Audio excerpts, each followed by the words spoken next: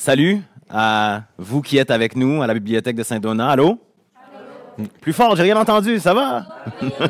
Salut à toutes celles et ceux qui nous joignent de différentes bibliothèques. Il y en a qui vont pouvoir nous parler par l'image et le son, donc à Candiac, à Granby, à la Grande Bibliothèque de Montréal. Salutations à vous, puis salutations aussi aux 19 autres bibliothèques de toutes les régions qui sont avec nous pour cet atelier avec Webster. On peut l'applaudir. Salut. Alors, avant de commencer à vous présenter le contexte dans lequel on est, à vous parler de Webster, je veux vous donner tout de suite, celles et ceux qui nous regardent par la caméra, par la vidéo, puis celles et ceux qui êtes avec nous à la bibliothèque, un devoir. Le devoir, c'est pendant toute la conversation que je vais avoir avec Webster pour commencer, j'aimerais ça que vous notiez des mots, ce qui vous vient en tête, qui décrivent Webster.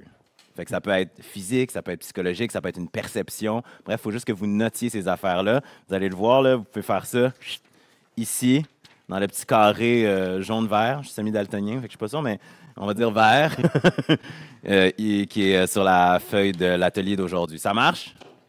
Excellent. Avant de parler de Webster, de Ali, on va parler de la région. On est dans la Naudière ici. J'ai appris, grâce à Jeanne, avec qui je travaille sur ce projet, qu'il y a 3/4 du territoire de la Naudière qui est de la forêt. Quand même impressionnant. Il y a des humains aussi, visiblement. Vous en faites partie. Bravo. Je vous salue. On est à Saint-Donat, 4500 habitants. On est à 130 km de Montréal. 1h45 de route de Montréal pour moi. Plus 15-20 vu qu'il y a une tempête aujourd'hui. Ça a été fondé, Saint-Donat, la paroisse, j'ai bien compris, en 1874, donc 150e anniversaire de Saint-Donat l'année prochaine. Félicitations, j'espère qu'il va y avoir de grandes célébrations. Et la bibliothèque ici, elle fête ses 50 ans cette année. Ça a été fondé en 1973. À l'époque, c'était un local de 20 pieds par 30 pieds, paraît-il. Pas gros. Oh, c'est comme 5 fois moi par même pas 4 fois moi. C'est comme ça que tu calcules tes distances. Toutes mes distances. Où est-ce qu'on s'en va? Ah, à 10 fois toi, parfait. Pas trop loin. Donc, ouais, Webster, on l'applaudit, on l'a salué. Ali, c'est un plaisir. Salut tout le monde. Webster, Ali, on vient de la même région, on vient de Québec. Ouais. Moi, j'ai toujours entendu ton nom circuler dans les milieux dans lesquels j'ai évolué parce que tu es un personnage important pour cette ville-là. D'abord, grâce à ton implication dans le rap, dans le hip-hop, tu fais partie de ces artistes fondateurs de ce qu'on appelle aujourd'hui le rap québécois, entre autres avec les Limoilou Stars. Ouais. Tu as étudié en histoire à l'Université Laval. Tu t'intéresses énormément à tout ce qui touche l'afrodescendance, donc l'histoire des afrodescendants. Québécois, canadiens aussi, évidemment, t'écris. Webster, c'est ton nom d'artiste. Ouais. J'ai envie de vous poser la question. Est-ce qu'il y en a qui sont capables de deviner ce pourquoi il s'appelle Webster? Personne? Je vais vous donner un indice. Vas-y. C'est en lien avec l'espace dans lequel on se trouve. OK. Vas-y, n'aie pas peur. Evan? Tu t'étirais tranquillement. Tu t'étirais le bicep. Ouais. D'accord. Explique-leur pourquoi tu t'appelles Webster. En fait, c'est mes amis, quand j'étais jeune, ils me taquinaient parce que je lis beaucoup. J'ai toujours des bouquins avec moi, j'étais toujours dans les bibliothèques. Puis ils disaient, « Ah, toi, à chaque fois qu'on a des questions, tu as la réponse, tu connais tout, tu es le Webster. Et le Webster, c'est un dictionnaire anglophone. C'est comme si on m'appelle Larousse ou Petit Robert. C'est juste moins sexy, Larousse. Ouais, par rapport c'est ça. au- Ouais, c'est ça. ça a moins une grip, exactement. Exact. Donc, on a choisi Webster. Au début, tu rappais en anglais. Parle-moi de comment tu es tombé dans cet art qui est tellement magnifique, qui est le rap, là, ou puis la culture hip-hop en général. Ben, en fait, je fais partie de cette génération-là qui peut-être un peu plus difficile à percevoir pour des gens qui sont plus jeunes, mais ma génération, on a vu le rap arriver. C'est-à-dire, le rap n'existait pas dans nos vies, dans nos radars. Puis à un moment donné, tu es comme, oh, attends, c'est quoi ça? On était happé par cette vague. Puis, inconsciemment, finalement, avec les années, je me suis rendu compte que c'est la première fois que je voyais ma vie, mon expérience de jeune afro-québécois qui rebondissait dans un médium. C'est-à-dire que je ne voyais pas mon expérience traduite à la télé, sur les planches ou à la radio. Puis quand j'ai commencé à écouter du rap, je suis comme, oh, voilà. Tu sais? Et ça m'a beaucoup parlé. Puis, tu sais, j'avais peut-être votre âge un peu plus vieux, j'avais beaucoup le désir de créer. Tu sais, j'aurais aimé ça dessiner, j'aurais aimé ça jouer d'un instrument de musique, mais ça n'a jamais tombé. Mais le rap, c'est comme si je tombais au croisement et de la musique et du dessin, si on veut, parce qu'on crée des images quand on écrit des textes. Hein. Ouais. Fait que c'est comme ça, vraiment. Puis puisqu'on était cette première génération, ben on était un peu comme des ovnis à Québec. Tu sais. Ouais. Tout le monde nous voyait. T'es comme, ah, mais vous venez d'où? Vous êtes qui, vous? Puis on était Limoilou. C'était chez nous. Tu sais. Ouais. Fait que c'est vraiment comme ça que j'étais happé par la culture hip-hop. Ouais. Pour vous, aujourd'hui, c'est une chose naturelle d'entendre du hip-hop, de voir des artistes aussi dans la sphère publique qui représentent cette culture-là hip-hop, qui représentent le rap. Mais même moi qui est un peu plus jeune que toi, ça a été un apprentissage, quelque chose que j'ai vu naître aussi. Ouais, au début, tu rappais en anglais. Ouais. Un jour, il y a eu ce pivot vers le français. Comment ça s'est fait et pourquoi tu as décidé de rapper en français? Ben, il faut comprendre, comme on dit, nous, on est un peu des dinosaures. Là. C'est-à-dire, tu sais, moi, ça fait 30 ans que je fais ça. En passant, là, c'est comme si on calcule en vous, ben, c'est peut-être le triple de vous Même ça, en on termes calcule. d'âge. Tu sais. Ouais. Et donc, quand on a touché à la culture hip-hop, c'était pas concevable en français. Mm. On savait même pas qu'on pouvait rapper en français. Pour nous, le rap se vivait en anglais, point à la ligne. C'est-à-dire, tu parles pas anglais, tu apprends l'anglais à travers le rap, puis c'est comme ça que tu rappes avec ton accent. Mais finalement, il y a eu, à la mi-fin 90, une vague de rap français de France. Ouais. Tu sais, Funky Family, IAM, NTM. Donc, tout le monde au Québec est rentré en résonance avec la culture hip-hop française de France, mais sont mis à rapper en français de France. Mhm. Donc, notre québécité n'était pas assumée dans le rap. Notre manière de parler le français, c'était pas assumé dans le rap. Et donc, c'est avec l'avènement de groupes comme Rain Man, Sans Pression, Ils vont crever, Mosaïen, que là, le rap québécois est vraiment né dans sa forme actuelle. C'est-à-dire que les gens sont mis à rapper comme on parle. Et c'est là que il y a eu la grande transition qui s'est faite de passer de l'anglais au français de France, au français québécois. Et donc, moi, j'ai commencé en 1995, puis c'est en 2003 que j'ai changé puis que je me suis mis à rapper en français. Il n'y aurait pas de Fouki sans tous les artistes qui viennent nommer Webster. C'est ça qu'il faut que vous reteniez, entre autres, de ça. Vous allez d'ailleurs écrire un texte de rap un peu plus tard, fait que gardez en tête ce que Webster est en train de vous dire. J'aimerais ça qu'on parle des œuvres qu'on a apportées ici, parce que, bon, bien sûr, tu fais de la musique, mais tu écris aussi des livres, tu disons, diffuse aussi cette idée de parler de l'histoire des Afro-Québécois, des Afro-Canadiens. Je ne sais pas par lequel de tes projets tu aimerais commencer pour nous expliquer ton cheminement artistique. Peut-être par À l'ombre des feuilles, Ouais. parce que c'est là que j'ai voulu un peu condenser ma pensée dans le hip-hop. Parce que déjà, je viens d'une école de pensée dans les années 90 qu'on pourrait appeler du rap conscious, du rap conscient, ou encore du rap de lyricist. C'est des mots anglais parce que c'était comme ça que notre culture fonctionnait à l'époque. Donc, des gens qui mettent vraiment l'accent sur le texte. Et donc, à un moment donné, c'est en 2009, le Musée des Beaux-Arts à Québec m'a demandé de créer un atelier d'écriture. J'avais jamais pensé à ça. Et donc, je me suis mis là-dessus. Et ça a été intéressant pour moi de théoriser ma manière de faire le rap. C'est quoi une métaphore? C'est quoi une comparaison? C'est quoi les différents types de rimes? Puis, de fil en aiguille, après avoir donné cet atelier-là, ben, j'ai fait le tour du monde. C'est littéralement le tour du monde. C'est-à-dire, tu sors de chez vous, puis tu vas en ligne droite, puis tu reviens chez vous. Donc, écoutez, j'étais en Asie, j'étais en Afrique, j'étais en Amérique du Sud, j'étais en Europe. J'ai même fait une fois, je passais de la Norvège au Brésil, dans la même tournée. Wow. Tu sais. Et donc, à un moment donné, je me suis dit, j'aimerais ça pouvoir le mettre sur papier. Parce que c'était à une époque où le rap n'était pas encore accepté socialement. Tu sais, aujourd'hui encore, tu sais, on ouvre la radio, on ouvre la télé, le rap est présent. Puis on a de la difficulté à comprendre qu'il y a 5, 6 ans, 7 ans encore, c'est quelque chose qui n'était pas accepté. On le voyait pratiquement à nulle part. Puis à un moment donné, je me suis dit, tu sais quoi, si les gens ne veulent pas l'écouter, Ils vont le lire. ils vont le lire. Et c'est comme ça que je me suis mis à mettre tout ce que j'avais théorisé, je l'ai mis dans ce bouquin-là, puis j'ai fait de l'analyse de texte aussi, pour que les gens puissent comprendre la richesse de cette culture-là. Et donc ça, c'était vraiment pour montrer la richesse littéraire du hip-hop. Mais comme tu as dit, j'ai cet intérêt-là pour l'histoire afro-québécoise et afro-canadienne aussi, qui est une histoire qui est peu connue. Tu sais, le premier Africain à vivre de manière permanente au Canada est arrivé en 1629 à Québec. Québec est fondé en 1608. Et dès 1629, il y a une présence africaine ici. Puis il faut comprendre, j'ai étudié en histoire à l'université. Et j'ai jamais vu entendu ça. parler de ça. Évidemment, Jamais! bien sûr. Tu vois? Fait que je me suis dit, il faut que j'en parle. Donc, au début, j'ai commencé par rapper à propos de cette histoire-là. Mais c'était pas assez. Fait que je me suis mis à donner des conférences. Les conférences sont devenues des visites guidées. J'ai fait des expositions. Puis, j'ai écrit ce livre-là pour que les jeunes puissent entrer en contact avec cette histoire-là. Ça, là, très important comme lecture. Si jamais vous avez quelque chose à lire en fin de semaine, je vous le suggère très fortement. Même moi qui est un adulte, la première fois que j'ai lu ça, ça m'a complètement éveillé. Je te laisse poursuivre. Non, mais ça va, merci. Puis, en fait, c'est livre jeunesse. C'est-à-dire que c'est pour tout le monde. Tu sais. Mais j'ai voulu raconter l'histoire de ce premier Africain qui est arrivé ici, au Canada, dans la ville de Québec, en 1629, en tant que personne asservie, en tant qu'esclave.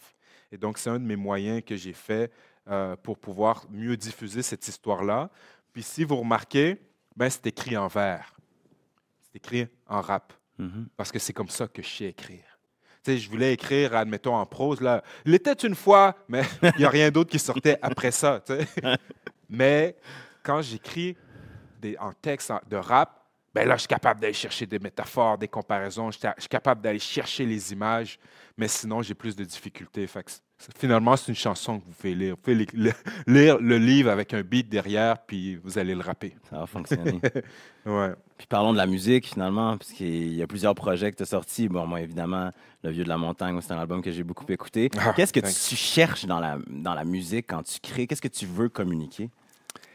Je me suis rendu compte, au final, que quand j'écris, ben, je suis la personne qui est la plus exposée à mes propres textes. Puis, tu sais, avant, comme mes albums, jusqu'au Vieux de la Montagne, je faisais un style de musique que j'appelais le terrorythme, la révolution. C'est-à-dire un changement politique, social, mental, à travers une certaine agressivité dans la musique, parce que j'avais des émotions à passer, j'avais une énergie à passer et j'avais une colère à passer aussi. Mais je me suis rendu compte que finalement, quand je fais que rapper de la colère d'un point de vue négatif, ben, je fais que propager de l'énergie négative. Et puisque je suis la personne qui est le plus exposée à ma musique, je fais que me renvoyer finalement toute cette négativité. Nourrir ta propre colère, dans le fond. Exactement. Donc, à un moment donné, je suis passé à un autre stade où j'ai voulu rapper de la positivité. Tu sais, à un moment donné, j'étais dans une classe, puis on m'a demandé quel type de rap tu fais. Puis j'ai répondu à la personne, j'ai dit, le type de rap que je fais, je veux que tu écoutes mon rap, puis que tu aies envie d'avoir des bonnes notes. Tu vois? Je veux que tu écoutes mon rap, puis que tu aies envie de devenir astronaute ou de trouver un remède au cancer ou XY. En fait, je fais un rap que je veux qu'on écoute puis que ça donne de l'énergie. Je veux que les gens se sentent... inspirés. Ben, exactement, qu'ils aient envie de se dépasser. Puis finalement, comme je vous dis, puisque je le rappe tout le temps, c'est moi qui est exposé, ben, je me rappe à moi-même finalement, de me dire, tu sais, lâche pas, tu peux y arriver, tu peux aller plus loin. Puis même s'il y a des obstacles, ben, il faut toujours trouver un moyen de contrer ces obstacles-là. Donc ça, je dirais, c'est l'essence de mon rap. Très important. Je rappelle qu'il faut que vous... Ben, il faut. J'aimerais bien que vous notiez... tu sais, le gars, il est comme... On n'est pas à l'école. Que vous notiez des choses qui, dans votre tête, vous passent quand vous écoutez Webster, qui le décrivent bien, parce qu'on va utiliser ça un petit peu plus tard quand vous allez écrire vos textes. L'idée de l'inspiration, ça me parle beaucoup. Donc, tout type de façon de créer, d'inspirer, d'écrire. Est-ce que tu as un rituel quand tu décides de plancher sur un projet ou est-ce que ton rituel, c'est la liberté? Rapidement, j'ai voulu couper les rituels au maximum. Ouais. Parce que plus tu as de rituels, plus c'est difficile d'aller chercher l'inspiration. Puis dans le rap, qui est un style qui a beaucoup de collaboration, qui est très spontané, comme admettons, si je suis au Brésil, puis je suis en studio là-bas, ben, si je dis, OK, j'ai pas mon crayon fétiche avec lequel je travaille, puis j'ai pas ma chandelle à la senteur d'amande qui va me permettre d'aller chercher cette inspiration-là, je pourrais pas le faire. Des fois, c'est quelque chose qui se fait, comme on dit, sur le flair. Donc, le moins de rituel possible qui fait que je suis au Brésil en studio, je suis au Sénégal en studio, je suis au Népal en studio, ben, je peux aller chercher l'inspiration. Et donc, pour ma part, les rituels se situent vraiment au fait d'écrire feuille. 100% feuille. J'écris jamais sur mon cell, jamais sur mon ordinateur. 100% de mon écriture se fait sur feuille lignée. Mais si j'ai pas de feuilles lignées, ben, je peux prendre un bout. Tu sais, j'ai écrit sur des bouts de feuilles d'annuaire. Ouais. J'ai écrit sur des bouts de journaux qui traînaient. J'ai écrit des textes sur des napkins. Mais tu sais, on a le mythe du carnet. Ouais. As-tu ça, toi, un carnet, ou est-ce que c'est vraiment des feuilles? Absolument pas. Feuilles, parce que j'ai écrit dans un carnet une fois, puis je me suis fait voler le carnet. Ah ouais. Et c'est le seul texte que j'ai pas dans ma vie. J'ai commencé en 1995, j'ai tous mes textes depuis mon premier que j'ai écrit en 1995. Ça, c'est le réflexe d'historien. Là. Ah ouais. J'ai voulu tout garder. Tu sais. Mais j'ai tout, à part ce carnet-là. Puis tu sais, je te dis ça en ce moment, puis ça vient Ça me fait mal. chercher Ah vraiment. oui. Tu sais. Fait que c'est ça, feuille, stylo. J'aime beaucoup écrire debout aussi. J'aime écrire en marchant. Fait que si tu me vois passer devant chez Ouais, vous, c'est genre ça. en train de marmonner, dis-toi, je suis en train de travailler. Tu vis pas une mauvaise journée. Non, C'est c'est une très ça. bonne journée. T'es inspiré. Exact. D'ailleurs, tu parles du stylo. Vous allez voir, vous avez eu vos petits crayons plomb que vous allez pouvoir planter pour avoir du basilic, mais aujourd'hui, on les utilisera pas. Stylo aujourd'hui pour utiliser la même méthode que notre ami Ali. Si tu avais des conseils à donner, parce qu'on va bientôt plonger dans cet atelier avec toutes celles et ceux qui sont avec nous ici et en vidéo, si tu avais des conseils à donner pour des gens qui veulent écrire puis qui n'ont pas nécessairement le geste facile, ce serait quoi? Ben, il y a plusieurs choses, puis ça fait un lien avec le stylo dont on parlait, c'est-à-dire, n'hésitez pas à barrer. Écrivez, barrez. Je vous conseille de barrer plus que d'effacer, parce que tu peux toujours revenir vers ton idée que tu as barrée. Tu peux toujours revenir, même si c'est rayé, même si ça a l'air de n'importe quoi, mais tu peux revenir vers cette idée-là.